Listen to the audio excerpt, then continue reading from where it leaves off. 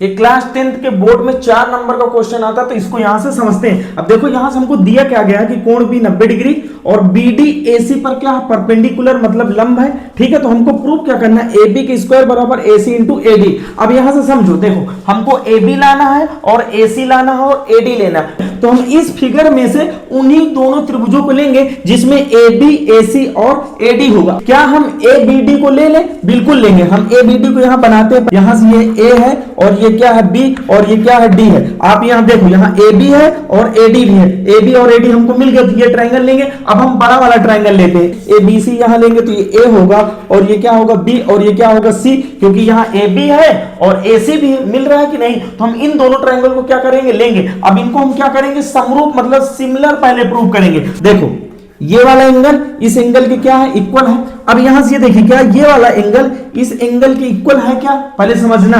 देखो ना, ये वाला एंगल इस त्रिभुज में भी आ रहा है और इस बड़े वाले त्रिभुज में भी आ रहा है। तो क्या ये वाला एंगल कॉमन एंगल है? बिल्कुल है। तो ये एंगल सेम है, तो ये एंगल इस एंगल की इक्वल और ये एंगल इस एंगल की इक्वल। अब आपको ये पता होगा, किसी भी त्रिभुज में यदि दो कोण बराबर हो गए तो तीसरा कोण ऑटोमेटिक क्या हो जाता है, बराबर। मतलब ये वाला कोण इस कोण के क्या होगा, बराबर। अब देखो इस त्रिभुज के तीनों कोण के क्या हो गया, बराबर होगा। अतः ये दोनों त्रिभुज क्या हो जाएंगे, समरूप। तो हम यहां लिखेंगे त्रिभुज ABC समरूप। क्या लिखेंगे, त्रिभुज। अब देखो हमने A से स्टार्ट किया, जब A से स्टार्ट करेंगे तो कोण A के बराबर क्या है, A। तो यहां भी हम A से स्टार्ट करेंगे। बीच में क्या है, 90 डिग्री। तो बीच में 90 डिग्री, ये 90 डिग्री है, तो यहां बीच में क्या आएगा, D आएगा, क्योंकि ये भी 90 डिग्री के बराबर है। तो यहां से क्या आएगा, ADB।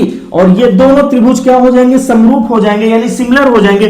किस नियम से, एंगल समरूपता नियम से। अब आपको पता होगा, यदि दो त्रिभुज समरूप होते हैं तो उनकी संगत भुजाएं क्या होती, समानुपाती होती। मतलब तो यहां से क्या करेंगे, यहां से हम लिखेंगे AB, यहां से AB लिखेंगे, AB अपान में क्या आएगा, AD आ जाएगा और बराबर यहां देखो BC लेंगे तो ये BC आएगा और अपान में क्या आएगा, DB लिखो चाहे BD लिखो, तो यहां से BD हम लिखेंगे और फिर क्या आएगा AC, यहां से AC लेते हैं तो AC और अपान में क्या हो जाएगा, AB हो जाएगा। जैसे इधर लेंगे वैसे ही इधर हमको लेना। अब हमको इस चीज को प्रूव करना है, तो देखो यहां AB है और यहां AB है, तो इन दोनों को हम क्या करेंगे, इक्वल कर देंगे। अब देखो जब इन दोनों को इक्वल करेंगे तो इस AB का AB के साथ मल्टीप्लाई कराएंगे तो AB स्क्वायर हो जाएगा और इस AD का AC के साथ, इन दोनों को इक्वल करना है, इस AD को इस AC के साथ मल्टीप्लाई कराएंगे तो आप बोलेंगे सर AD इंटू AC, और ये चीज आपको क्या हो जाएगी, प्रूफ हो जाएगी।